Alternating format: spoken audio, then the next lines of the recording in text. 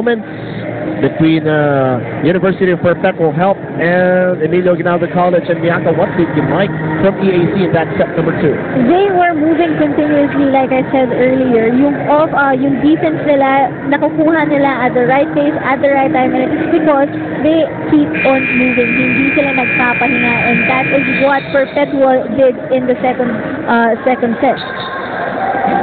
Speaking of walang pahinga, yung mga walang tigil po sa pagsuporta sa NCAA Volleyball and Active. Maraming salamat po for joining us. Yung mga nanonood dito sa San Juan Arena at mga nanonood sa kalang mga tahanan. Si Crisel Paranada always watches volleyball. Thank you so much for joining us. Let's look at the stats dun sa ating nakaraang set. As we can take a look here, lamang na lamang itong generals pagdating sa blocking and attack, 14-9 and 4-1. I think Perpetual has the advantage here pagdating sa blocking because they are way taller than the generals. But as you can see, the effort, itong ginagawa lahat ng generals, and I think it will all boil down to who is more willing to do the little things. And hey, nanonood din sa atin ngayon, Ai De La Cruz and Mara Aquino. Hi! Natutuwa sila din na makita action of the boys, and Mara and Ai wait for the girls later. San Sebastian College and University of Perpetual Help. Set 3 underway now. Howard Mojica, power attack and punctuates the play.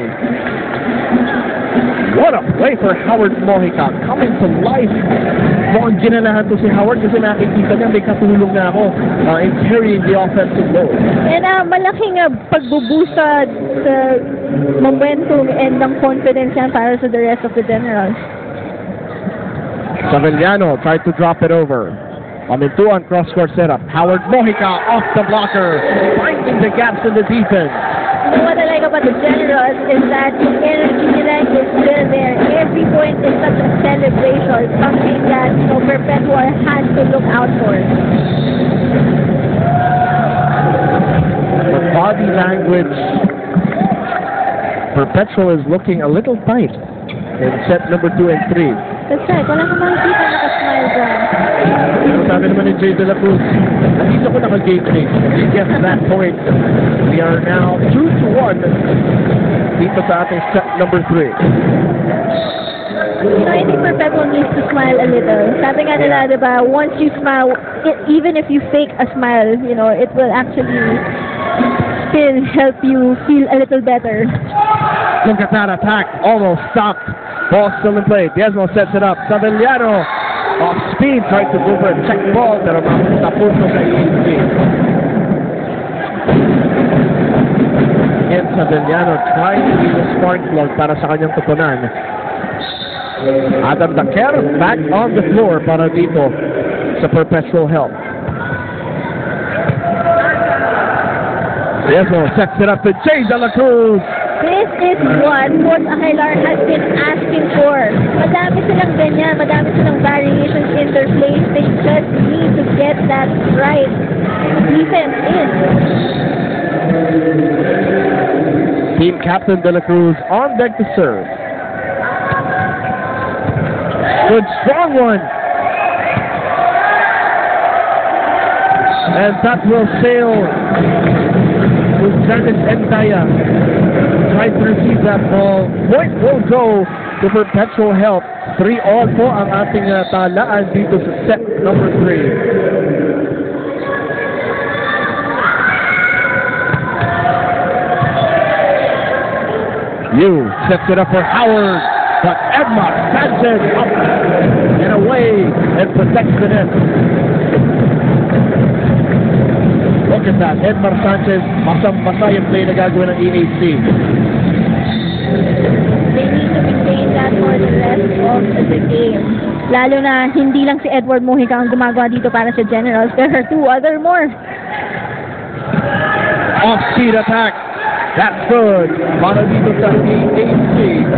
Once again, itong Perpetual got caught cramped up in the front line. Naiwan na lang pag-isa itong libero dito sa likod. Nakikita nila masyadong malapit sa net of most sequences. So they're attacking that area in between. We're all knotted up at 4. Howard with a jump serve. Well received by Jay De La Cruz. Edmar Sanchez off speed. You with a jump set. Savellano tried to kill. Power hit there. Montero. Desmo tried for a quick step. Pero puntos mapunta sa EAC. Medyo mababa yung pagkakasigues mo doon. That would have been nice. Actually, kanina ko pa hinahanap yung step para dito sa Perpetual Health. In game number 1, that was effective for Daquel and Diaz. That's true. And right now, hindi nga niya magawa yan dahil they can't get a decent receive. Sabi nga ni Riza Diaz in volleyball, it is better to receive than to give. Ayun ang hinahanap dito for Perpetual Health. They score on that service error. Parang may laman yun na. Tingnan natin itong mangyayari dito. Ralph Savellano on deck to serve. Palitan ng puntos ang dalawang kupangan dito sa ating set number 3. You with a jump set. Power attack down the line. Bergman, he's still on fire for EAC. Look at that again. Finding the opening. Nakita niya yung double block shot so iniwas niya yung kanyang atake. Now that the Generals have, various options working for them right now, itong Perpetual needs to be more effective pagdating sa kanilang blocking to relieve yung kanilang receiving end. Montero. Savellano keeping it alive. Babalik ang bola sa EAC. Yu, jump set. Kurth blocked up top. But ball still in play. Kurth again. Montero keeps it alive. Good rally developing. Sanchez off the blocker. Great effort. Here's Howard Mojica. Great dig by Jay De La Cruz. Sanchez. Good dig by Mangari. And did they cross the half court? Yes, no. Up in One is complaining about net violation. Ito namang Perpetual is complaining na dapat tinawagan daw na sa kanila ang bola dahil tumama sa floor muna bago nakuha ni Mangaring yung bola. So Click will go. It was so deep, pero yung spike was so deep, mahirap nga naman talagang tignan kung nauna si Mangaring doon o yung floor. Okay. That's the call. EAC with a 2-point lead now over Perpetual Health.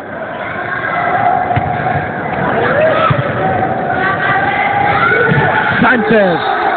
What a great comeback para dito sa Perpetual. Edward Sanchez responding strong. Cutting that lead down to 1. 6-37. Dito po sa Game 2 of the men's final in NCAA volleyball. You with a setup job. Then Riza, supalpal sa taas. Rex Castro with a kill on the block.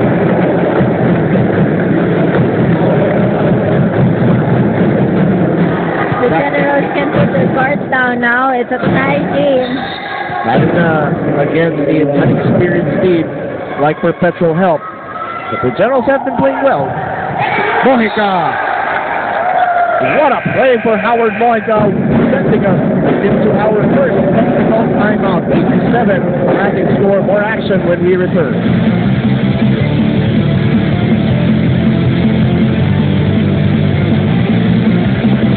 Ngayong Martes, Bigtika ng Daban, Wandang, Atrasan, Pachanga Diliman versus Loyola, Meralco Sparks. Green Archers United versus Kaya, Suguran, Agawan, Barangay. United Football League. Papapanood live ngayong Martes, simula 5 p.m. sa bagong home field ng UFL Emperador Stadium, McKinley Hill, Fort Bonifacio, Taguig. Free admission at via satellite. Dito sa Active.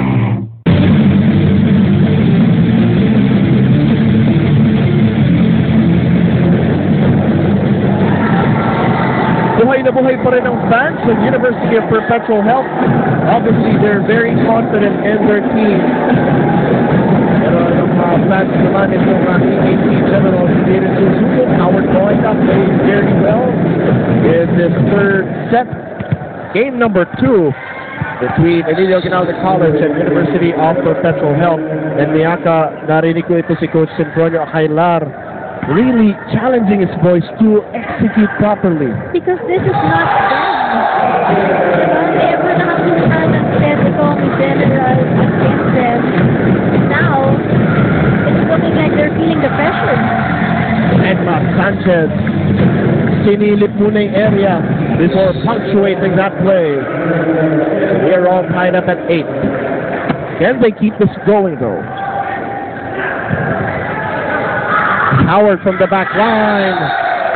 And that will sail out. Coach Antonio imploring this front line as much as possible kung kaya pumasok sa chamba. Net defense has been left wanting the second and third set. So tingnan natin paano iangat ang perpetual help ang kanilang laro.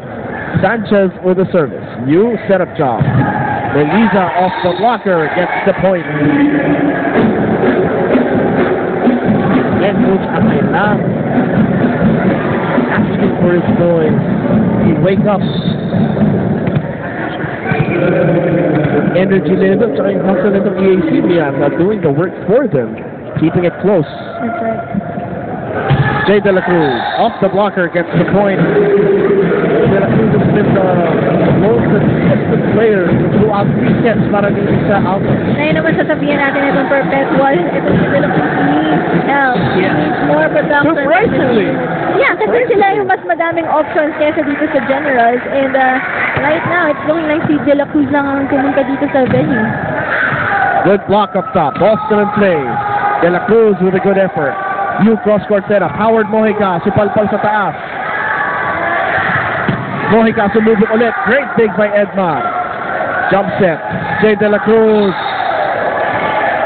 Sails over. Point opposite of the Follow through yung tira ni De La Cruz. De La Cruz had the right idea, but ball would not cooperate. So point will go to EAC. Tabla pa rin po tayo. 10-all in set number 3.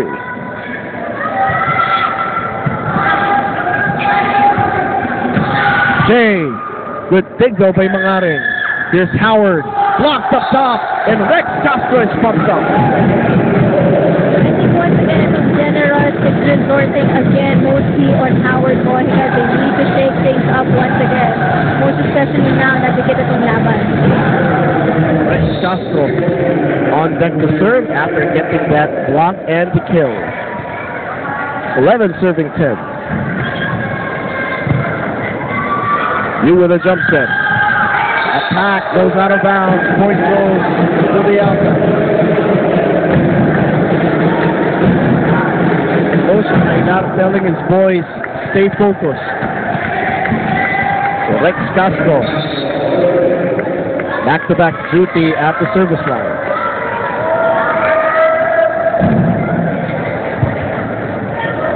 Hughes keeps it alive. Mojica, good dig by Castro.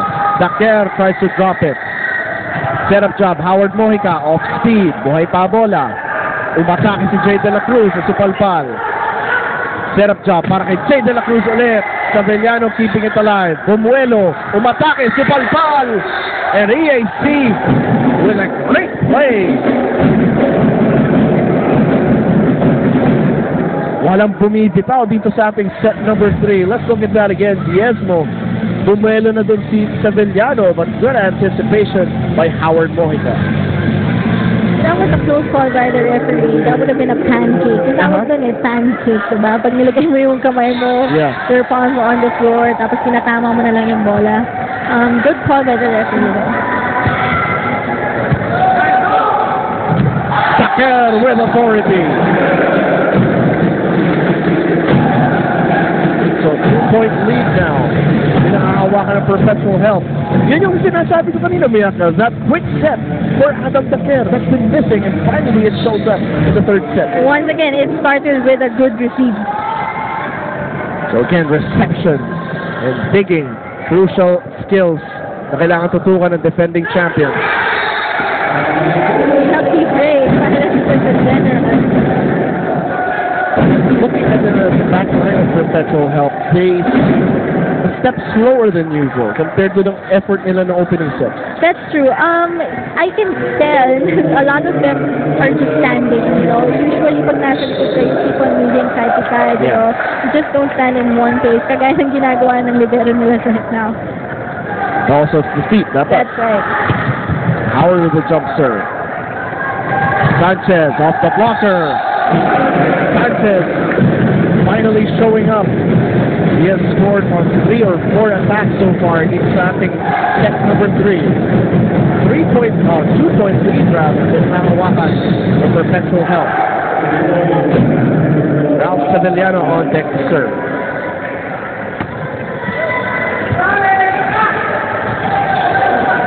Babalik ang bola. Free ball. Sanchez with a hammer. Back-to-back hits for Edmar Sanchez.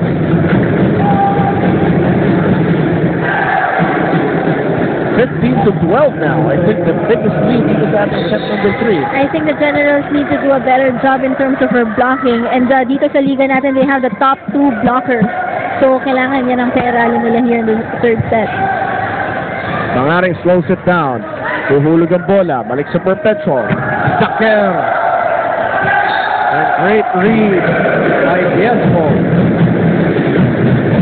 So Daker, Sanchez combining forces dito sa set number 3. And then we get into the second technical timeout. 16-12 ang ating score. More action on the other side of the break.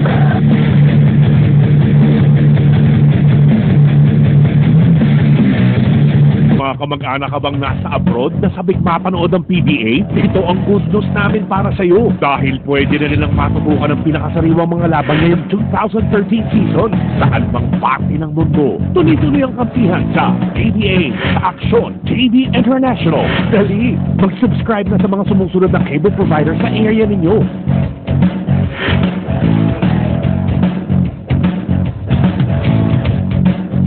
San ka? Kampihan na!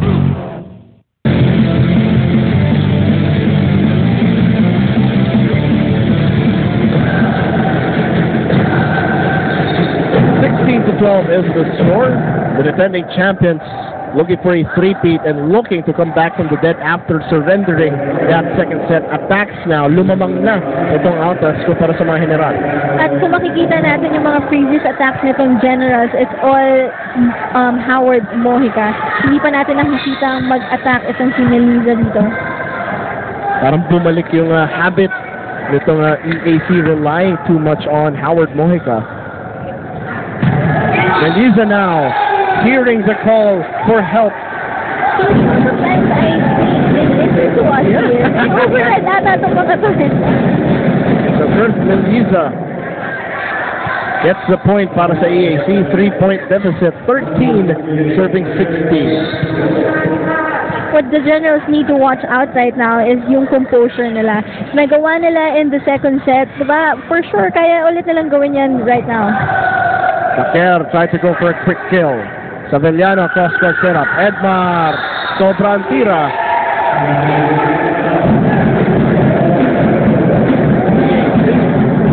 Enter to put some points together. Dito sa ating set number 3. 14 serving 16. Jericho Palintuan on deck for the General. Actually, it's been a while since we saw this, yung General score based on their attacks. Kasi I think for the last 2 or 3 points, yung score nila came from the errors na itong Perpetual. Again, sobra lang yung atake na ni Edmar Sanchez. So they give a point to EAC, 15-16. 1-point lead pinangawakan ng Perpetual Health. Let's listen in. Hindi pa tayo eh. Sa error natin. Yung mga unforced error natin sa kanilang puntos. Yun ang ingatan nyo. Saka pa bola tumalas sa inyo. Pagtiwala kasi papaluin nyo ba? Wala kang gagawin nyo. Dapat ganun. Hindi natatakot ka. Ha? Siyempre, we were mentioning earlier, diba, yung errors nila ay nakakapagpa-score dito. Sa Emilio Aguinaldo and Coach Aquilar wants them to take care of that ball. And once you're about to attack, sabi niya, make up your mind. Quick decision-making ang kailangan dito ng Perpetual.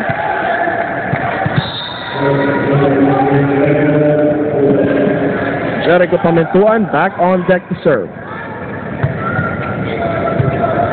De La Cruz floats it down. Sanchez sends it down with authority. Good adjustment by Edmar. Finding the opening and gets the kill. The General Perpetuals can't be satisfied of their performance noong second set. They need to maintain that here in the third. At napag-iiwanan na sila nito ng Perpetuals. Mojica from the back line. Sevillano slows it down. Here's Edmar. And will that be down the line? No, it sails out of bounds. So Perpetuals, Asad is looking for that net ball. Gorosa now back in for the service duties. Coach Rod Palmero trying to bring some magic to the bench ng EAC. 60 serving and I understand dahil itong si Gorosa has yung mga service na talagang calm and straight but really powerful. And speaking of power, Edmar Sanchez carrying the load for his team in the batting third set. 2-point lead now for the Perps.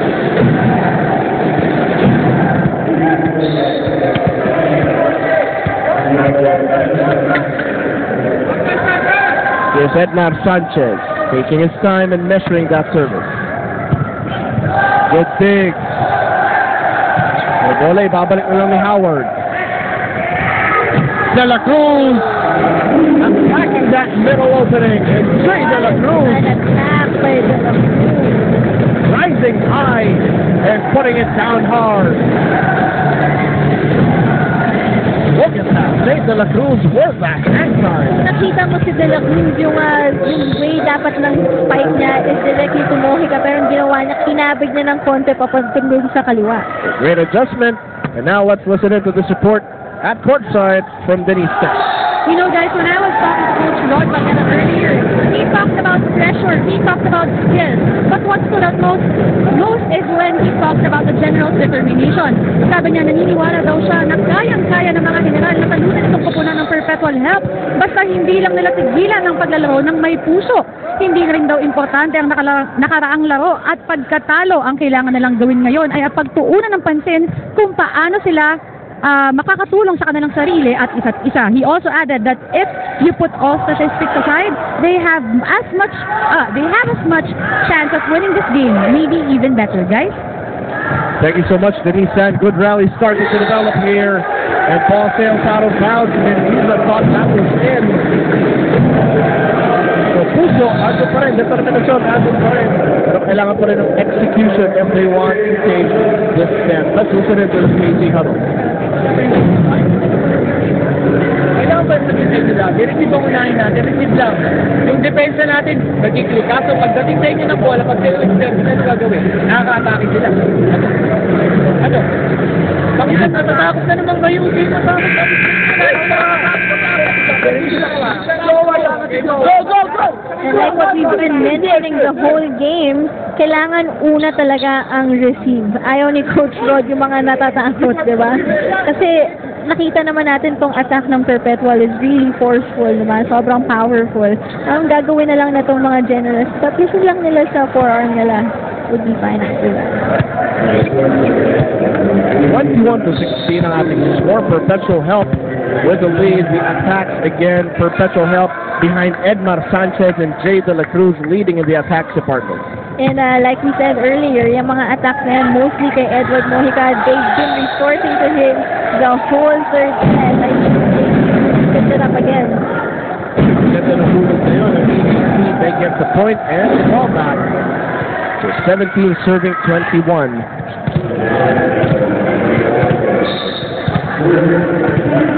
Melisa now at the service line. Good reception by Jay. He gets the ball back off the blocker. Yu with a cross-court setup. Howard with power. Supalpal sa taas ay Diezmo. Yu jump set. Howard. And that's down the line. I think the general got lucky there. Pero kung nakita mo in that last sequence, twice in one sequence, ito si Howard Mojica jumping for that attack. When you send the ball to a leading scorer, most of the time good things happen, and in that sequence, Mojica delivers for EAC. Sevillano to Jay De La Cruz. Yu with a jump set. Pero puntos mapupunta sa Perpetual Help. He stepped on the half-court line. error na gano'n. Kailangan umasa yun for both teams, not just for one of them. That's right, because that's another error point at mapupunta yan dito sa Perpetual. 22-18. Racing Ralph Diezmo at the service line. Mojica slows it down. Attacks on his own and gets the kill. And as you can see, yeah, the backline, nakita ko nakatayo na. Huling-huli natin sila. Kumakayod din. Sina Ralph Sandiniano, sina Rex Castro, they've been doing a good job protecting yung net. But then again, the backline has to support them. And you know na talagang nakatayo lang sila at that sequence dahil nauna pa silang mahulog than catching the ball using, by running forward. De La Cruz from the back line. Good dig for EAC, but point will go to Perpetual Help. Again, was that Line, stepping again on the line. The generals have to be careful taking care of that possession.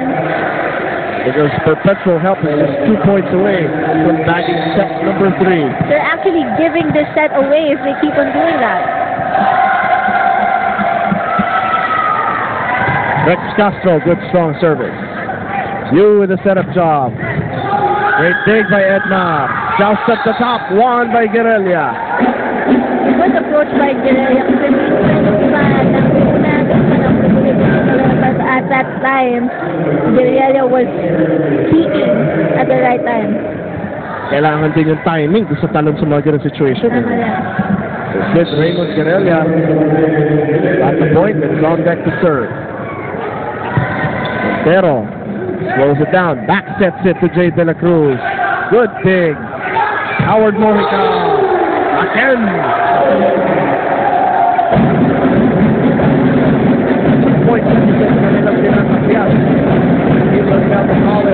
You know what's great about Howard Mojica? He jumped so high na ang dami ng hang time. Nakikita niya kung paano niya gagawa ng paraan tong bola. Jay De La Cruz with a hammer. Quick comeback by Perpetual. Kaya tatawag ng timeout. The coach Rod Palmero set point for Perpetual Help and puts it in to the AC.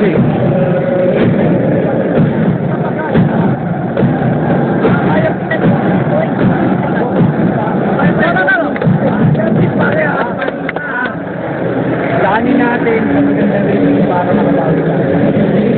Next time, huwag magmadali, huwag magmadali.